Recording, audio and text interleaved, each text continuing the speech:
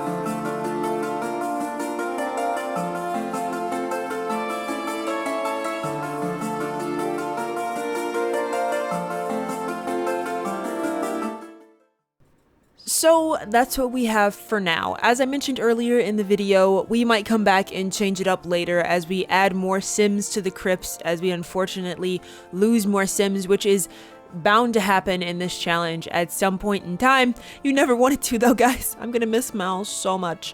But I do hope you guys enjoyed this episode, so thank you guys so much for watching. If you like this video, then please give it a like, or don't. That's up to you, but I do hope that you'll come and join me for the Sims 3 For the Realm challenge here on the channel. Thanks guys.